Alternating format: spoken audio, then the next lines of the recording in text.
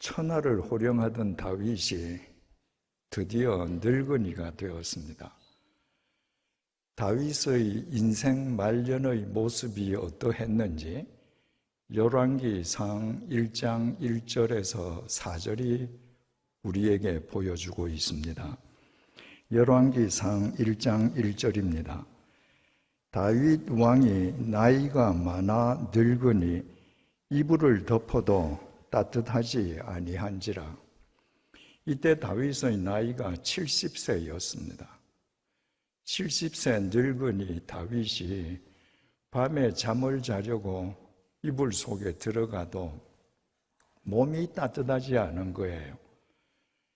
요즘 의학 상식으로 말하자면 이불을 덮어도 몸이 따뜻하지 않은 것은 혈액순환에 문제가 생긴 것이고 그 원인은 심혈관 기능이 저하되었기 때문입니다. 이것은 오늘날도 나이 든 고령자에게는 공통적으로 나타나는 현상입니다. 2절입니다. 그의 시종들이 왕께 아뢰되 우리 주 왕을 위하여 젊은 처녀 하나를 구하여 그로 왕을 받들어 모시게 하고 왕의 품에 누워 우리 주 왕으로 따뜻하시게 하리이다 하고. 요즘 같으면 나이가 들어서 밤에 잠자리가 춥다 그러면 전기담요 한 장 사면 끝입니다. 그런데 3000년 전에는 전기담요가 없었습니다.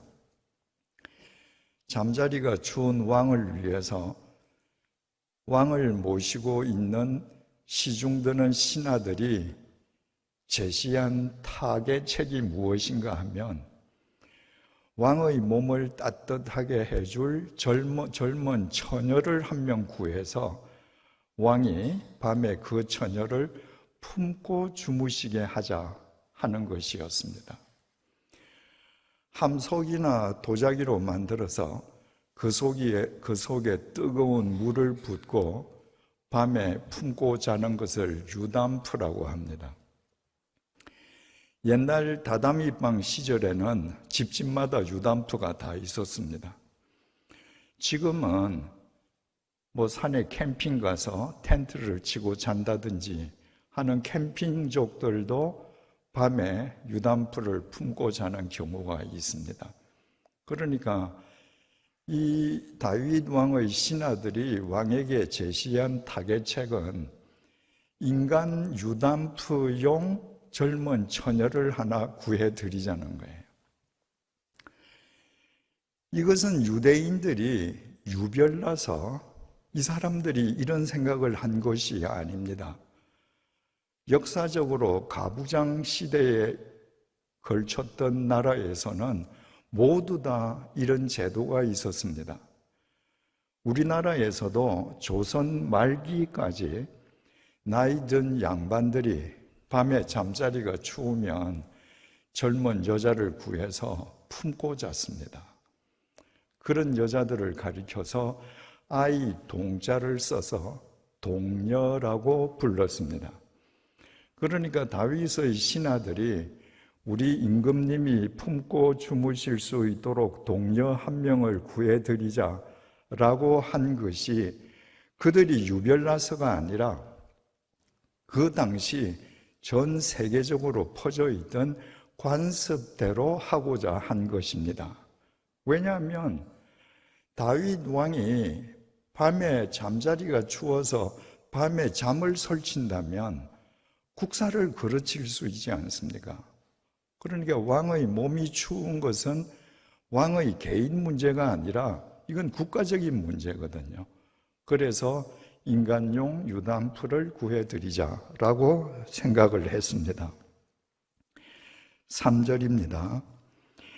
이스라엘 사방 영토 내에 아리따운 처녀를 구하던 중 수넴 여자 아비삭을 얻어 왕께 데려왔으니 몸이 차가운 왕이 따뜻하게 품을 수 있게 해드리기 위해서 이스라엘에서 제일 열이 많은 처녀를 구하지 않았습니다. 왕의 신하들은 이스라엘에서 가장 예쁜 처녀를 구했습니다. 요즘 말로 표현하자면 3000년 전 미스 이스라엘을 구한 겁니다. 그래서 뽑힌 여자가 아비삭, 수넴 여인 아비삭이라는 처녀였습니다. 4절입니다. 이 처녀는 심히 아름다워. 아비삭은 그냥 예쁜 정도가 아니었습니다. 심히 아름다웠습니다. 그가 왕을 받들어 시중 들었으나 왕이 잠자리는 같이 하지 아니하였더라. 심히 아름다운 아비삭을 신하들이 빼고 뽑아서 왕에게 바쳤습니다. 밤에 품고 주무시면서 밤에 추위를 가시게 하시라고요.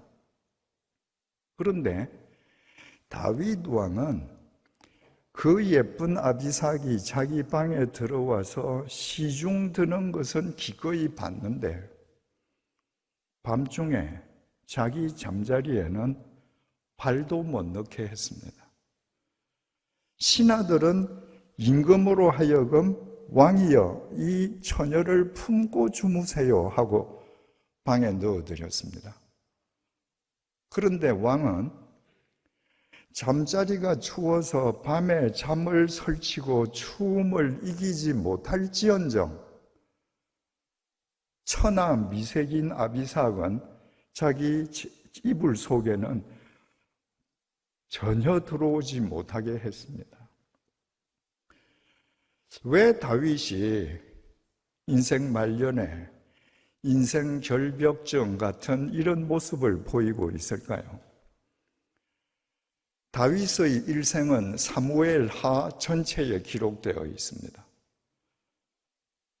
그리고 다윗이 죽으면서 남긴 유언, 그 유언에 따라서 다윗을 이어 솔로몬이 왕위에 오른 이야기는 열왕기상 2장에 기록되어 있습니다. 그러면 다윗의 일생을 우리에게 소개하는 사무엘하, 그리고 다윗이 죽으면서 유언을 남긴 열왕기상 2장, 이렇게 바로 연결돼도 아무 문제가 없습니다. 그런데 왜 성경하고는 별로 관련도 없어 보이는 이런 이야기가 기록되어 있는가? 반드시 기록되었어야만 했습니다. 우리가 잘 아는 것처럼 다윗은 한때 자기 신하 우리아라는 장군의 아내 바세바와 불륜을 저질렀습니다. 그리고 남편 우리아가 죽자 노골적으로 자기와 불륜을 저질렀던 자기 부하 아내 바세바를 궁에 불러다가 자기 아내를 삼았습니다. 사무엘하 11장 27절입니다. 그 장례를 마침에 바로 바세바라는 여인의 남편 우리아의 장례를 마침에 다윗이 사람을 보내 그를 왕궁에 데려오니, 다윗이 사람을 보내어서 죽은 우리아 장군의 아내 바세바를 왕궁으로 불러왔다는 겁니다.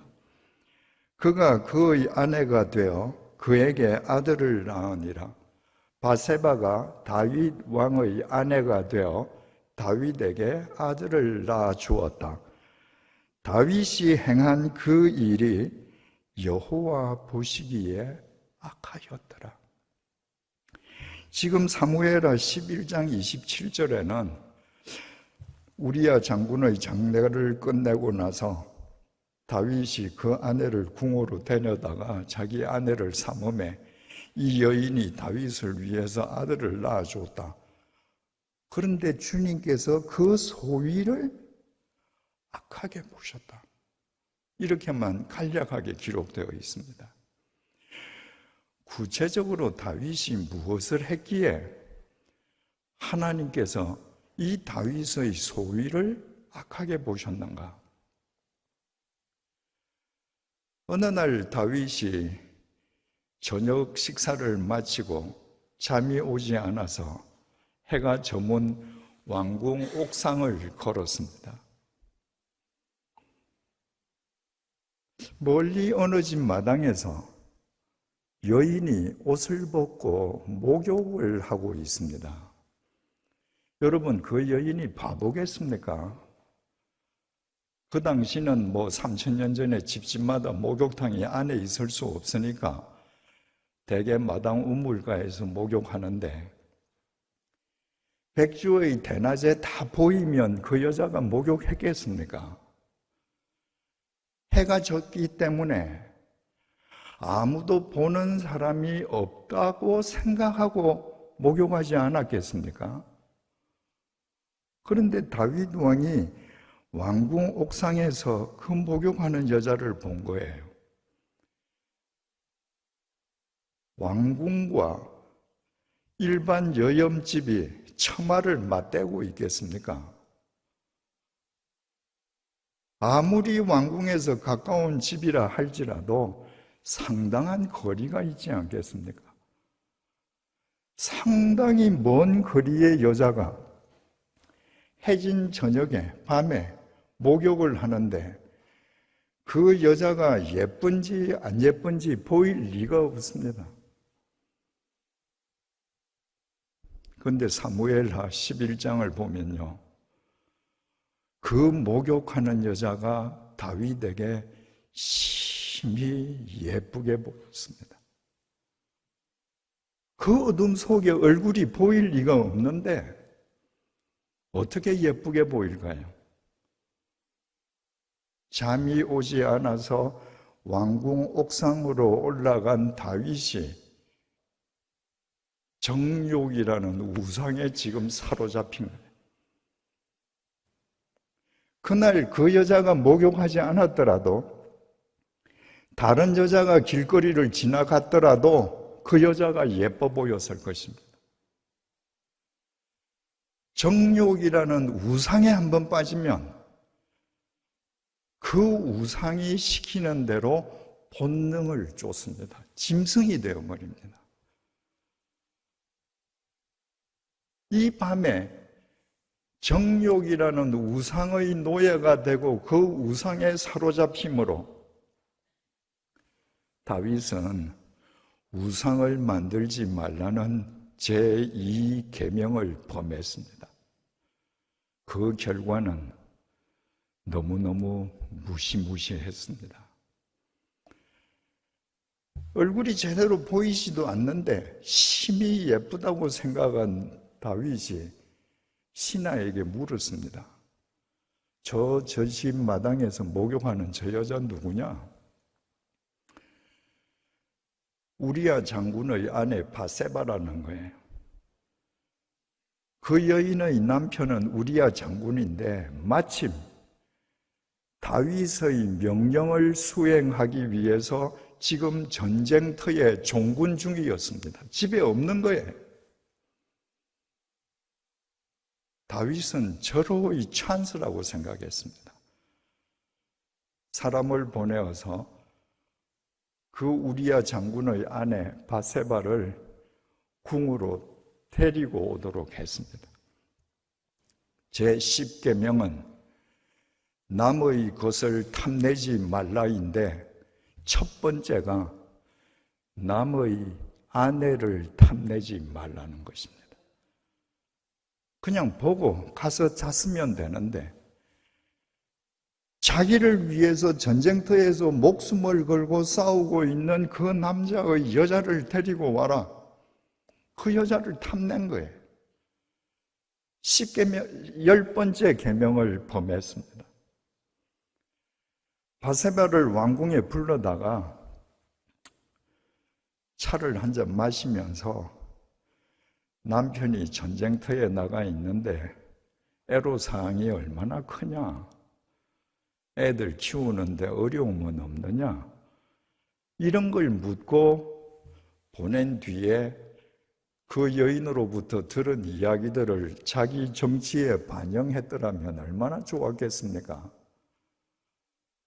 그런데 왕궁으로 불러들인 자기 충신 우리아의 아내 바세바와 불륜을 저질렀습니다. 간음하지 말라는 7계명을 범했습니다. 그 일이 있고 나서 얼마 지나지 않아서 여인 바세바로부터 연락이 왔습니다. 왕이여, 내가 왕으로 인해서 임신했습니다. 그 말을 듣자마자 다윗이 전쟁터에 전령을 보내었습니다. 그리고 지금 전투 중인 바세바 여인 남편 우리아 장군을 빨리 예루살렘으로 소환해라. 전투 중이던 우리아 장군은 영문도 알지 못하고 왕의 명령을 받고 예루살렘으로 돌아왔습니다.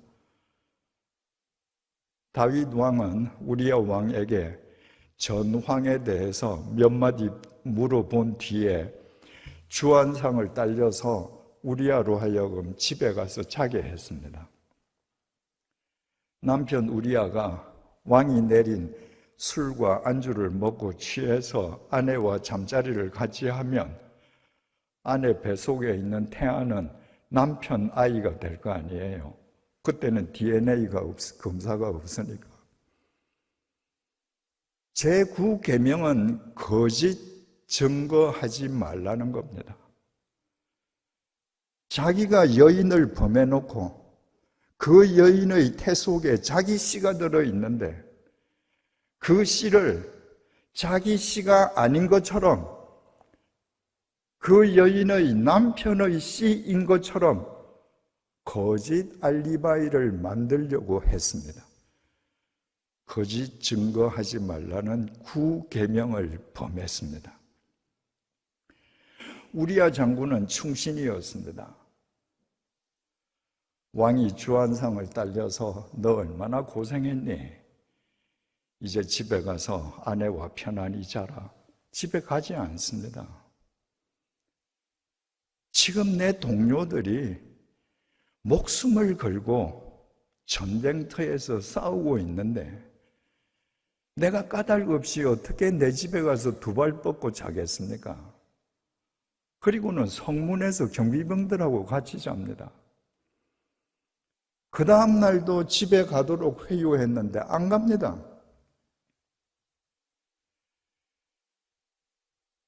다윗이 생각해낸 것이 이놈 죽여야 되겠다. 그래서 그 우리아 장군 손에 요압 장군, 군대 장관인 요압 장군에게 보내는 편지를 딸려 보냈습니다. 그 편지에 뭐라고 기록되어 있는가? 이후 여하를 묻지 말고 전쟁터에서 이 우리아를 죽음의 구렁텅이로 몰아넣어서 죽여버리라. 여러분, 충신 중에 충신입니다. 그런데 자기 불륜을 감추기 위해서 이놈 죽이라는 거예요.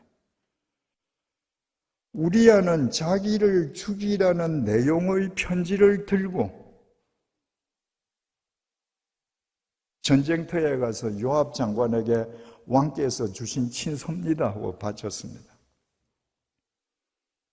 요압 장군이 보니까 우리아 죽이라는 거거든요. 그래서 계교를 써서 우리아 장군을 죽여버렸습니다. 살인하지 말라는 제7계명을 범했습니다. 여러분, 불륜을 저지르고 남의 아내를 데려다가 간음하고 그것도 모자라서 그 여인의 남편을 죽이기까지 한다? 세상에 그렇게 흉악한 사람이 있습니까? 그런데 사람들 앞에서 다윗은 그렇게 흉악한 죄를 저지르고도 여호와의 이름을 불렀습니다. 여호와의 이름을 망령되이 부르지 말라. 얼마나 망령되이 부르는 겁니까? 제3계명도 범했습니다. 그리고 안식일이면 국가를 대표해서 거룩하게 안식일 제사에 참여했습니다. 안식일을 거룩하게 지키라. 제4계명 범했습니다. 여러분, 다윗은 하나님을 믿는 사람이었고 하나님에 의해 뽑혀서 왕이 된 사람입니다.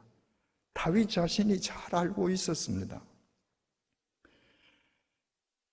다윗이 왕이 되고 하나님께 지어바친 시편 시들 보십시오. 다윗의 영성이 얼마나 뛰어난지. 그 다윗이 밤에 얼굴도 보이지 않는 여자에 대한 정욕에 사로잡혀서 그 여자를 불러들이고 그 여자와 불륜을 저지르고 그 여자가 임신하자 거짓 알리바이를 만들려고 남편을 불렀는데 그 남편이 말을 안 들으니까 죽여버리고, 그때 다윗의 눈에는 하나님이 없었습니다. 여러분, 다윗의 눈에 하나님이 보였으면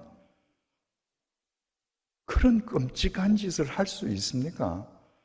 다윗은 정욕의 우상에 사로잡히던 그 순간에 자기 마음속에 있는 하나님을 죽여버렸습니다. 그래서 제1계명, 하나님만 섬기라는 첫 번째 계명도 짓밟았습니다. 다윗의 아버지는 이새입니다. 두말할 것도 없이 믿음의 사람이죠. 이새는 믿음으로 다윗을 양육했습니다. 그런데 그 아버지로부터 믿음을 이어받은 다윗이 이처럼 흉악한 범죄를 저질렀습니다. 그 아버지에게 불효자가 되었습니다. 네 부모를 공경하라. 5계명도 범했습니다. 여러분, 우리가 흔히 잘못 알고 있는 것처럼 다윗은 어느 날 밤에 남의 집 아내를 불러다가 간음하는 죄만 저지른 것이 절대로 아닙니다.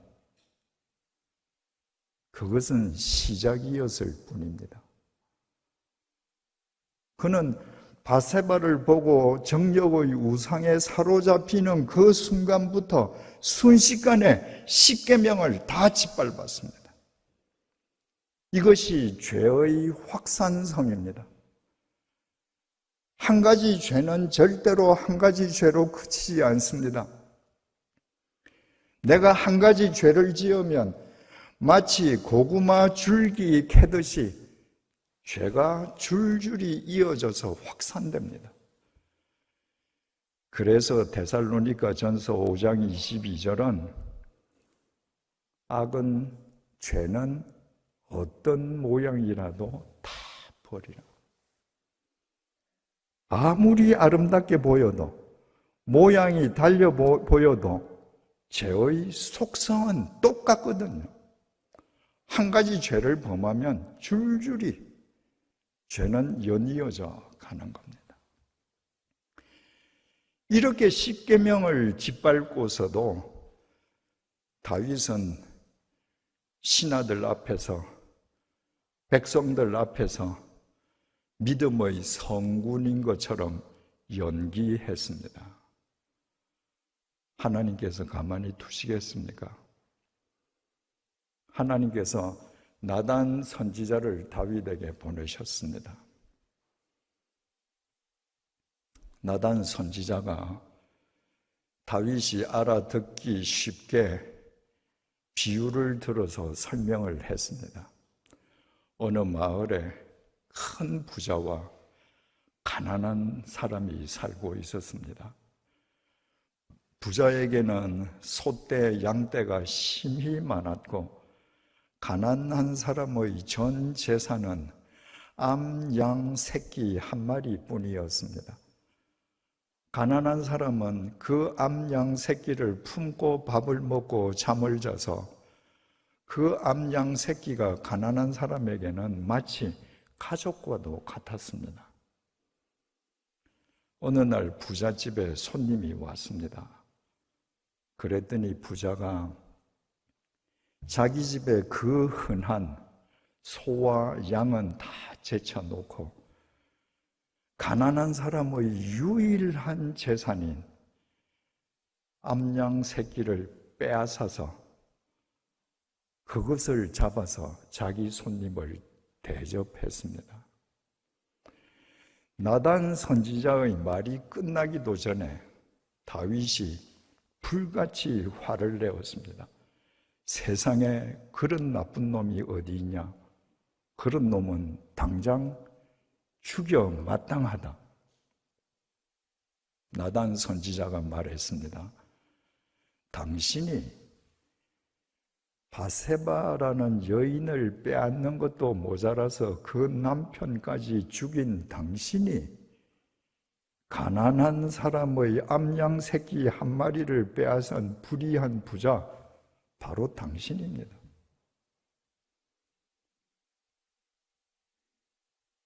그 말을 듣고 자기가 저지른 죄가 얼마나 중죄인지, 자기가 얼마나 위선적으로 살았는지 깨달으면서 지은 회개의 시가 우리가 잘 아는 시편 51편입니다.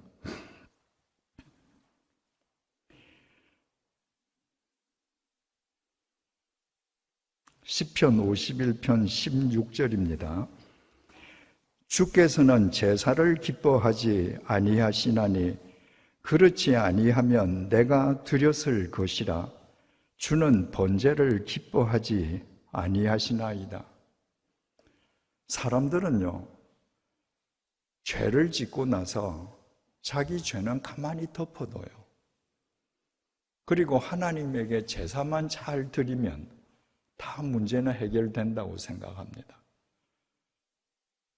오늘날 용어로 표현하면 죄를 짓고 자기 죄는 그대로 두고 주일 예배 시간에 열심히 참석하고 11조 헌금 꼬박꼬박 내고 주일날 내가 봉사하는 것 열심히 하면 다 문제는 해결된다고 생각합니다. 여러분, 내 죄를 덮어놓고 제사만 드리면 모든 문제가 해결된다고 다윗이 생각했더라면 다윗은 번제를 100번, 200번, 1000번 드렸을 것입니다. 그런데 다윗은 자기 죄의 문제 해결 없이 드리는 제사는 헛것이라는 걸 알았습니다. 17절입니다. 하나님께서 구하시는 제사는 상한 심령이라. 하나님이여, 상하고 통회하는 마음을 주께서 멸시하지 아니하시리이다. 하나님께서 기뻐하시는 제사는 내 돈, 내 헌금 11조가 아닙니다. 살찐 소 제물이 아닙니다. 하나님께서 기뻐하시는 제사는 나의 죄를 깨달아서 죄로 인해 찢어진 내 심령, 다시 말해서 나의 죄를 깨닫고 통렬하게 하나님 앞에 회개하는 심령, 그것이 하나님께 드리는 제사입니다. 지금 다윗은 자기가 십계명을 다 범했다는 것, 그리고서도 위선적인 행동으로 지금 살고 있다는 것 깨닫고 하나님 앞에서 찢어지는 심령으로 통렬하게 지금 회개합니다.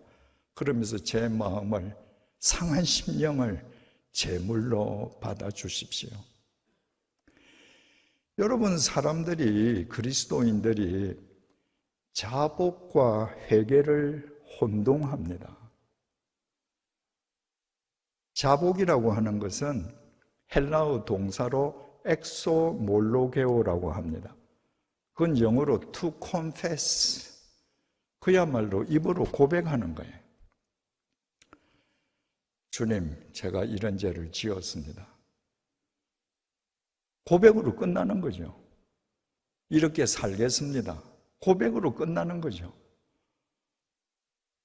회개한다는 것은 메타노에오인데, 이거는 입으로 끝나는 게 아니라 반드시 행동, 삶이 수반되는 것입니다. 내가 걸어가던 길이 그릇된 길임을 알고, 하나님, 내가 지금 그릇된 길을 걷고 있군요 하고 그냥 걸어가는 거, 그게 자복이에요. 내가 걸어가는 길이 그릇된 길임을 알고 180도 돌아서서 새로운 길을 걷는 것, 이게 회개입니다. 내가 손에 들고 있는 것이 이것이 나를 갑부로 만들었다고 내가 그렇게 긍지롭게 생각했는데, 하나님 앞에서 보니까 내가 누려서는 안 될 것들이에요. 놔버리는 거, 이게 회개입니다. 내가 동쪽으로 갔는데 이거는 하나님께서 원하시는 방향이 아닙니다. 그래서 복음이 제시한 방향을 바꾸는 것. 그러니까 자복이 뒤에 행동을 수반한다면 자복은 회개의 시작일 수 있죠. 그러나 대부분 그리스도인들의 삶은 회개가 아니라 자복으로 끝납니다. 집회가 있을 때마다 하나님 앞에 회개기도 드린다는 거, 그 다음 집회 때 또 하죠. 평생을 또 하죠. 왜 그래요? 내 삶으로 고침받지 못했기 때문에. 매일 자복하고 매일 그릇된 구름텅이에 있는 거예요. 그러면 지금 다윗이 시편 51편에서 주께서 원하시는 제사는 상한 심령입니다. 이 통회하는 마음을 주님 제물로 받아주소서, 이렇게 말한 것이 자복인가 아니면 회개인가?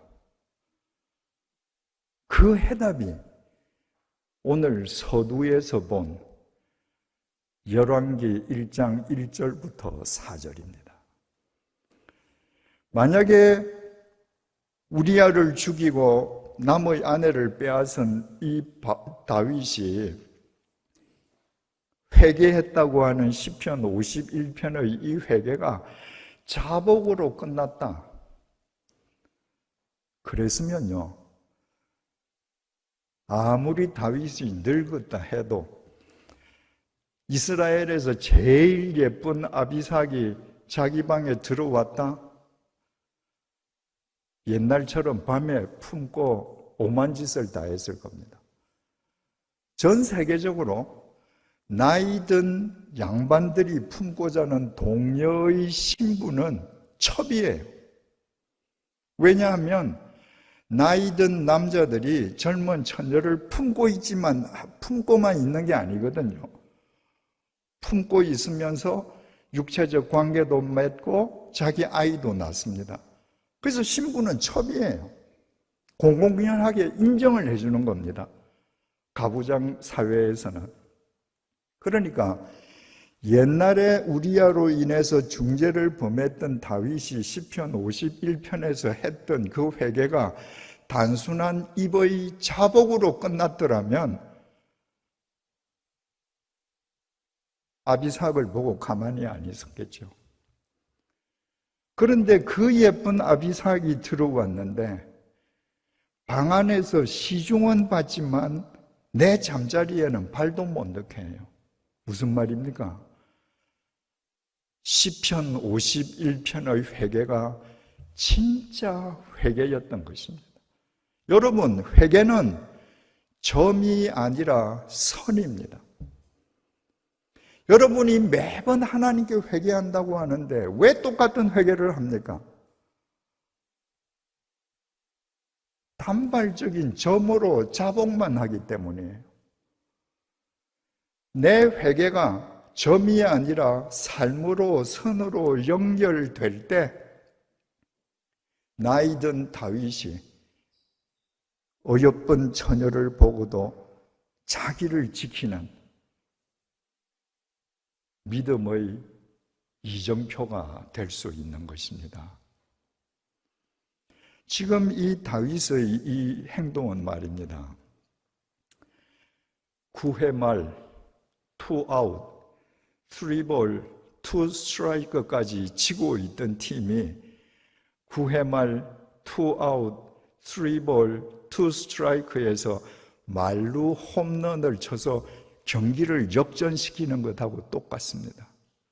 여러분, 나무 안에 빼앗고 불륜을 저지르고 그 남편 죽이고 세상에서 그런 흉악범이 어디에 있습니까? 그런데 야구팀이 계속 지고 있다가 9회 말에 역전을 시키면 그 이전에 지고 있던 모든 과정, 심지어는 범했던 실책마저도 9회 말 역전성을 향해 가는 과정으로 승화됩니다. 다윗이 씻을 수 없는 죄를 저질렀지만 그의 하나님 앞에서의 토로가 자복이 아니라 회개였기에 그의 마지막 인생은 9회 말 2아웃, 3볼, 2스트라이크에서 역전 홈런을 쳐서 오늘날 우리 모두의 신앙의 이정표로 남아있는 것입니다. 여러분, 믿음은 자업자득입니다. 뿌린 대로 거두는 것입니다. 만약에 다윗이 그 흉악한 죄를 십계명을 완벽하게 다 짓밟고도 회개하지 않고 자복으로 끝나고 자기는 회개했다고 착각하면서 살았으면 오늘날 우리가 성경에서 만나는 다윗이 존재할 수 있을까요? 그는 비록 흉악죄를 저질렀지만 지속적인 회개의 삶, 말씀을 따르는 그 길을 걸어감으로 위대한 믿음의 영웅이 된 것입니다. 이처럼 다윗처럼 실수해서나 바른 길을 선택해서 믿음의 이정표가 되는 사람이 있는가 하면 평생을 외관상으로는 멋지게 믿는 사람처럼 보이는데 하나님을 제대로 믿지 않고 회개의 길을 걷는 것이 아니라 자기 편한 자복의 길을 걷다가 패가 망신하는 사람도 있습니다. 그것도 자업자득입니다. 엘리 제사장은 하나님을 믿는다라고 하면서도 패가 망신한 대표적인 인물입니다. 엘리 제사장에게 두 아들들이 있었습니다. 큰 아들의 이름은 홈니, 둘째 아들 이름은 비느하스였습니다. 여러분, 우리의 상식으로 따지자면 제사장의 아들들이라면 하나님의 법을 준수하는데 누구보다도 앞장서서 모범적이어야 하지 않겠습니까? 그런데 이 두 아들은 개망난이었습니다. 지네들끼리 개망난이로 살았으면 괜찮은데 어떻게 개망난인가? 이스라엘 백성들이 하나님께 바친 귀한 제물을 중간에서 제멋대로 탈취했습니다. 일반인들은 하나님께 바친 제물을 누군가가 마음대로 탈취한다는 걸 상상할 수도 없었습니다. 그러나 홈니와 비느하스는 마치 그것이 자신들의 권리인 양 아무런 거리낌 없이 그 짓을 했습니다. 그런데 아버지가 그들을 방관했습니다. 제사장 아버지가 하나님께 바쳐준 제물을 내 자식이 건드리는 걸 용납하지 않았더라면 있을 수 없는 일이죠. 하나님께서 그들의 불의한 행위에 대해서 사무엘상 2장 17절을 통해 이렇게 지적하셨습니다. 이 소년들의 죄가 여호와 앞에 심히 크면 그들이 여호와의 제사를 멸시함이었더라. 여러분, 홈리와 비느하스는 이때 소년들이 아닙니다.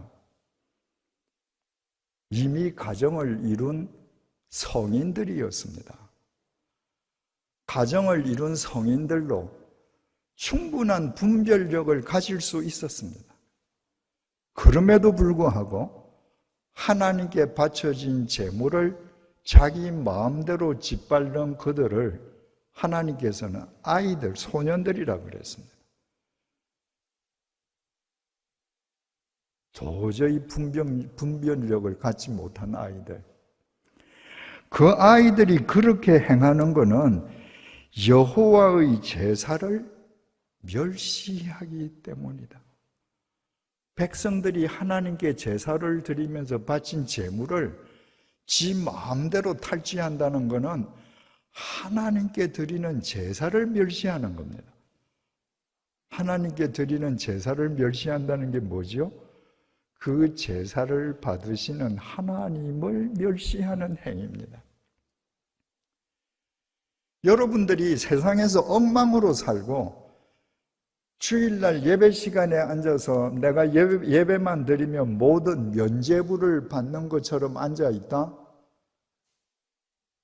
여러분이 예배를 멸시하는 것이고 그 예배를 받으시는 하나님을 멸시하는 행위입니다. 여러분이 내가 드리는 예배를 하나님이 받으시고 이 자리에 하나님께서 함께 계신다면 이 자리에 오기까지의 주중의 나의 삶이 달라질 수밖에 없지 않겠습니까? 지금 하나님께서 엘리 제사장 두 아들, 그들의 그 잘못을 지적하신 것입니다. 그러나 아버지도 아이들을 훈계하지 않았고 그 아이들은 이제는 제물에 손대는 것에 만족하지 않고 성소에서 수종드는 여자들과 공공연하게 불륜을 저질렀습니다. 막가는 가족이죠.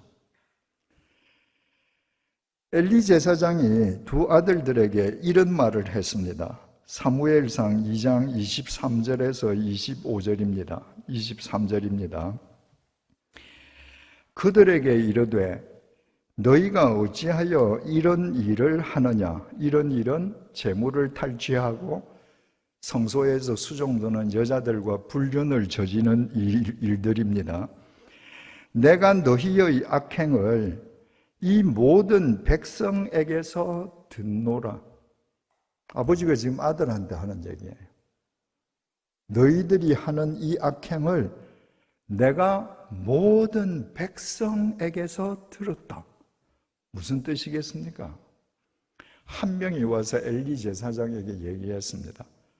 당신 아들이 지금 이런 죄를 짓고 있습니다. 만류하세요.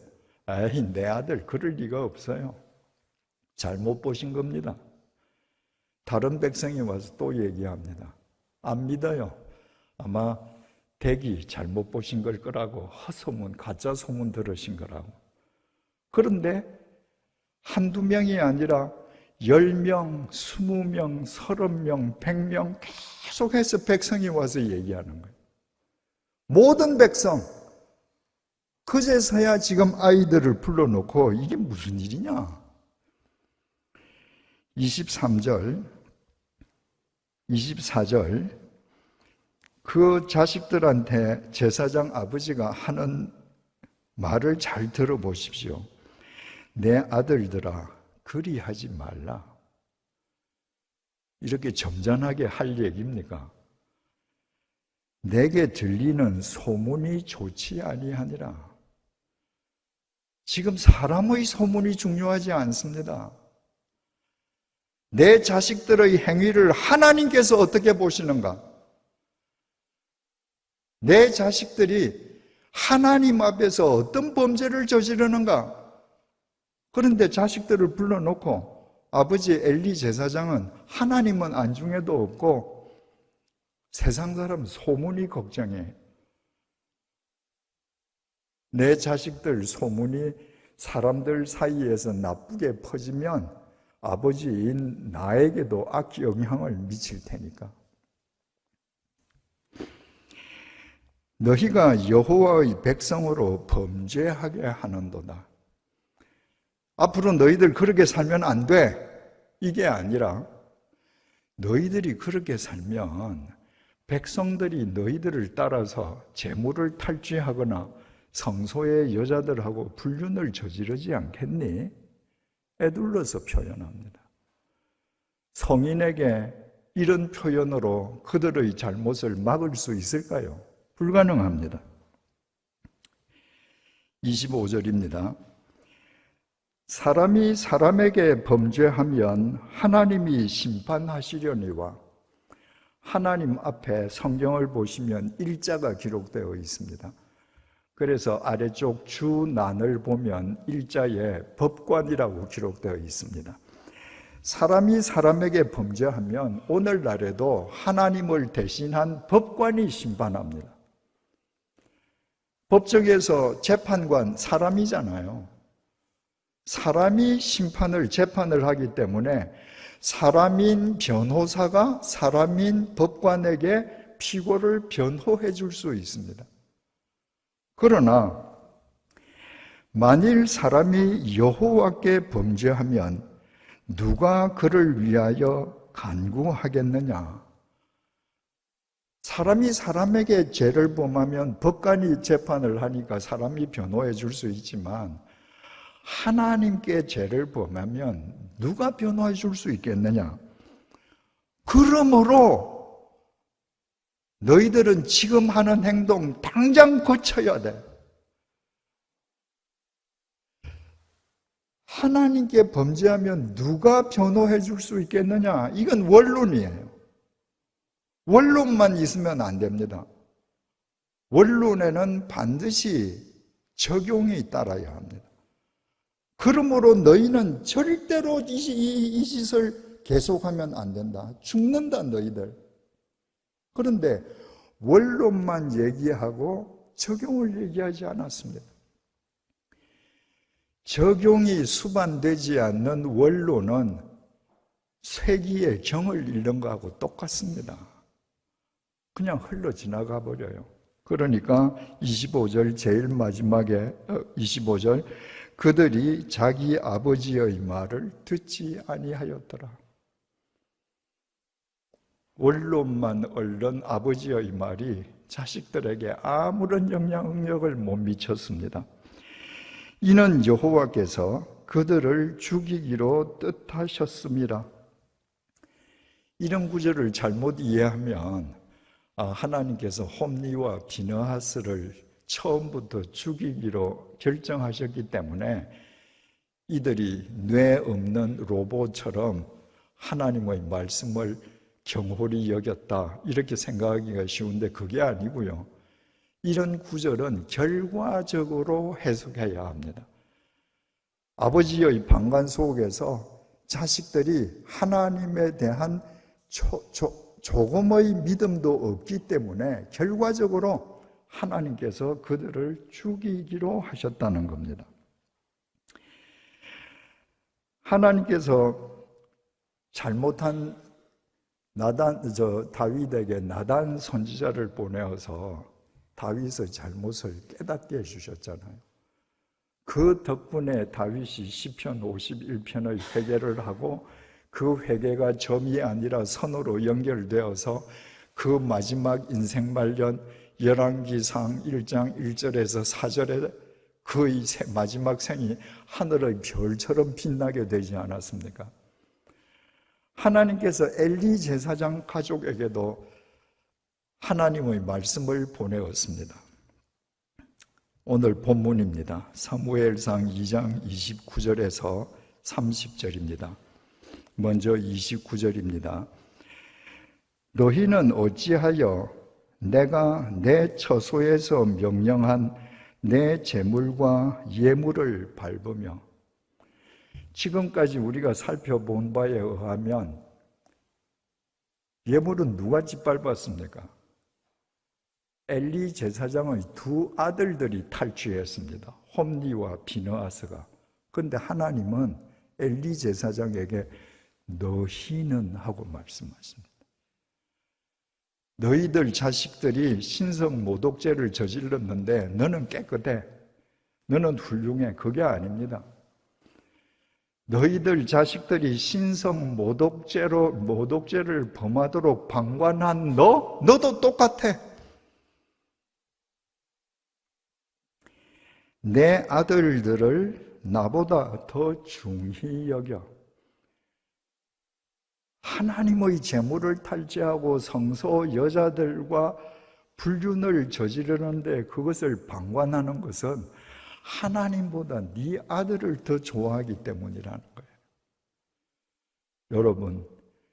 여러분들 가운데에도 하나님보다 자기 자식을 더 좋아하시는 분들 많이 계시죠? 그 자식 죽이는 겁니다. 내 자식보다 하나님을 더 사랑해야 하나님의 법으로 내 자식을 키웁니다. 하나님보다 내 자식을 더 사랑하면 내 자식이 신성 모독죄를 범하는데도 엘리 제사장처럼 방관자가 됩니다. 내 백성 이스라엘이 드리는 가장 좋은 것으로 너희들을 살찌게 하느냐? 내 백성이 하나님께 바친 제물로 너희들을 살찌게 하느냐? 여기에도 엘리 제사장이 포함됩니다. 먹은 건 두 아들들인데 너희들을 살찌게 했다. 이 지금 홈리와 비느하스는 하나님에 대한 영적인 살찜은 전혀 관심이 없고 재물을 탈취해서 육적 배부름에만 관심이 있습니다. 그 자식을 아버지가 왜 방관하겠습니까? 아버지의 관심사 역시 육적인 일에 더 관심이 크기 때문이에요. 너희를 살찌게 하는 일. 사무엘상 2장 30절입니다. 그러므로 이스라엘의 하나님 나 여호와가 말하노라. 내가 전에 내 집과 내 조상의 집이 내 앞에 영원히 행하리라 하였으나, 엘리는 모세의 형이자 이스라엘 초대 대제사장인 아론의 후손입니다. 하나님께서 일찍이 출애굽기 29장 9절을 통해서 아론에게 이렇게 언약을 주셨습니다. 아론과 그의 아들들에게, 아론과 그의 아들들, 이 말은 아론의 직계 아들만 이야기하는 것이 아니라 아론을 뒤따르는 모든 후손을 포함하는 말입니다. 아론과 그의 아들들에게 띠를 띄우며 관을 씌워 그들에게 제사장의 직분을 맡겨 영원한 규례가 되게 하라. 너는 이같이 아론과 그의 아들들에게 위임하여 거룩하게 할지니라. 그 후손들에게, 아론의 후손들에게 제사장 직분을 맡겨 영원한 규례가 되게 하라. 이건 그들과 영원히 동행해 주시겠다는 말씀이잖아요.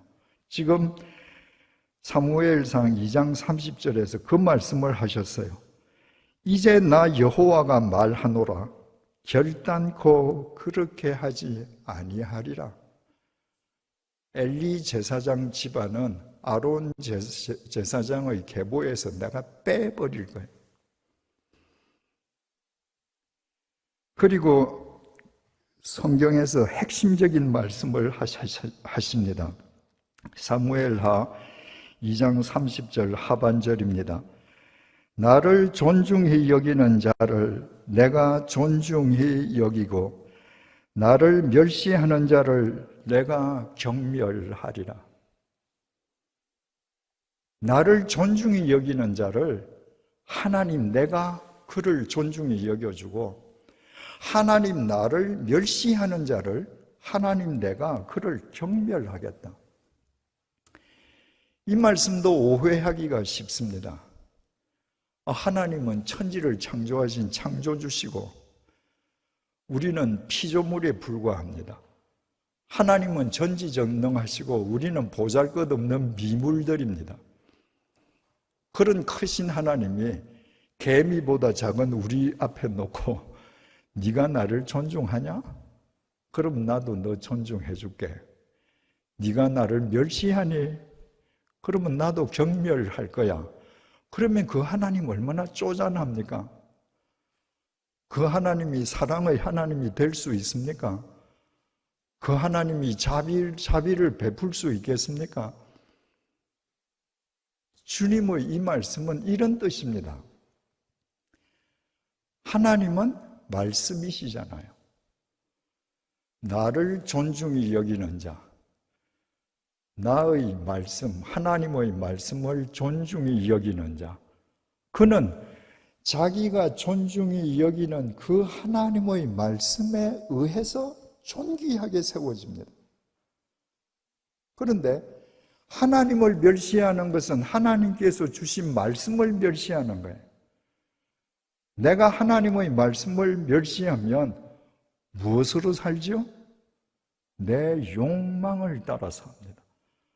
그러면 욕망을 따라 사는 삶은 아무리 돈이 많고 아무리 출세한 것 같더라도 경멸스럽게 파멸하고 맙니다. 그 말씀이에요.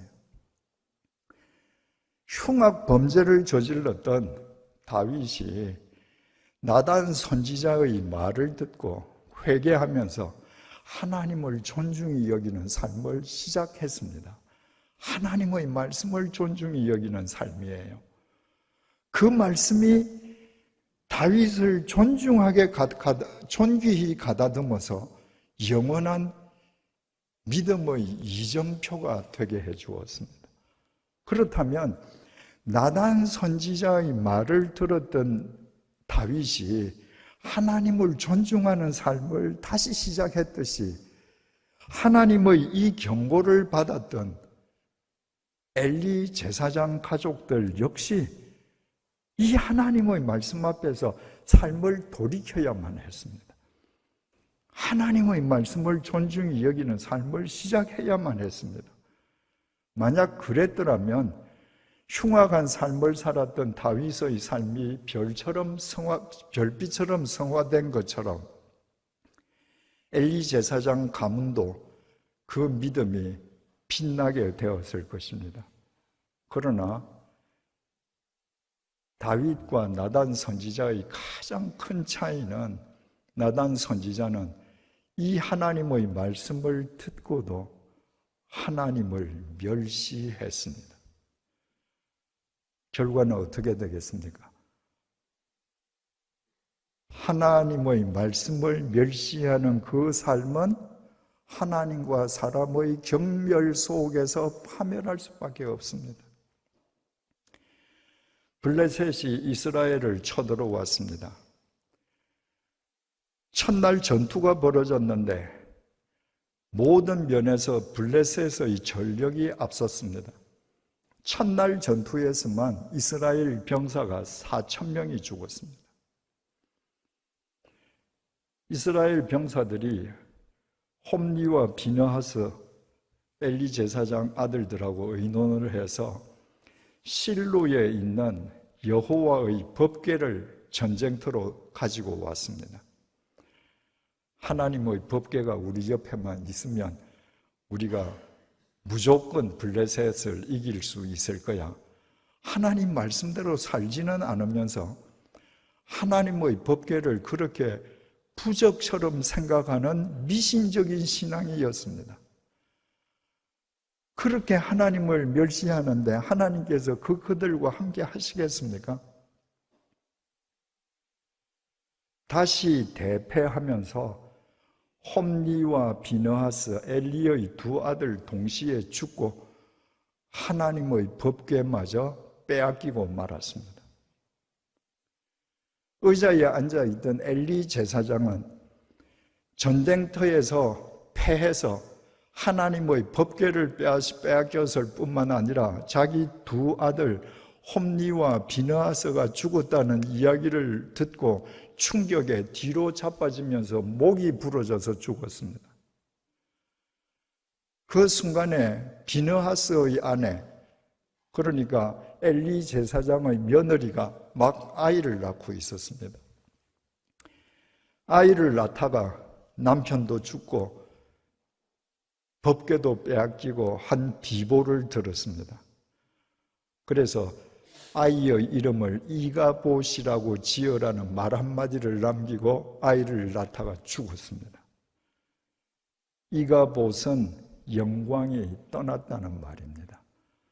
아, 하나님의 영광이 우리 가문에서 떠났구나. 여러분, 나를 존중히 여기는 자를 내가 존중히 여기고 나를 멸시하는 자를 내가 경멸히 여기리라. 다윗과 엘리야의 삶 속에서 똑같이 이루어졌습니다. 그러나 정반대로 이루어졌습니다.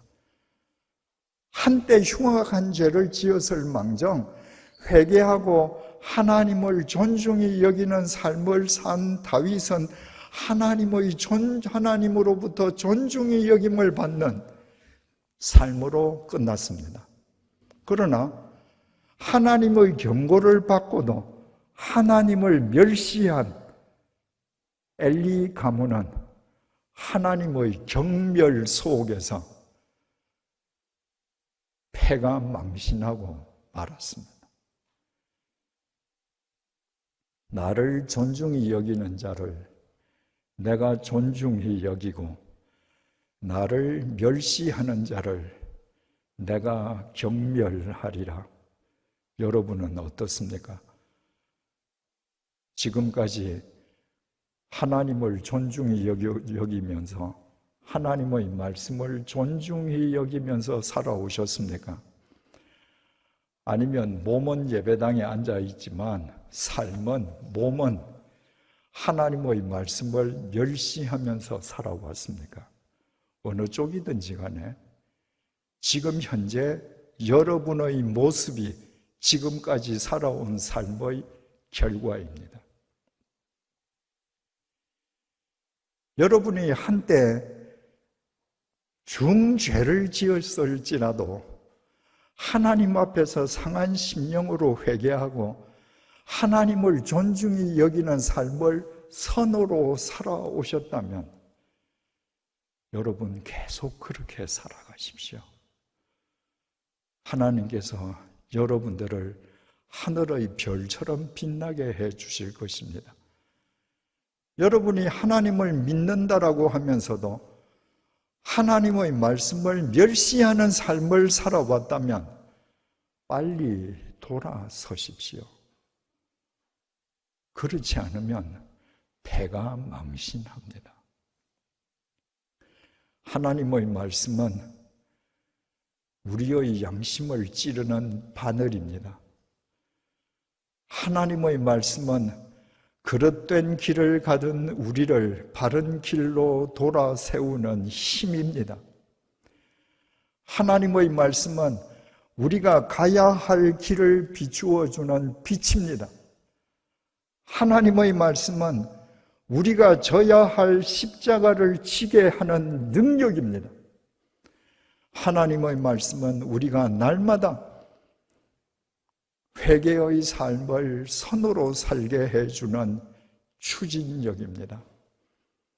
그 말씀을 존중히 여기십시오. 나를 존중히 여기는 자를 내가 존중히 여기고 나를 멸시하는 자를 내가 경멸하리라. 이 말씀은 우리의 삶 속에서 과거에도 이루어졌었고 지금 이 시간에도 어떤 의미로든 이루어지고 있으며 미래에도 반드시 이루어질 것입니다. 기도하시겠습니다.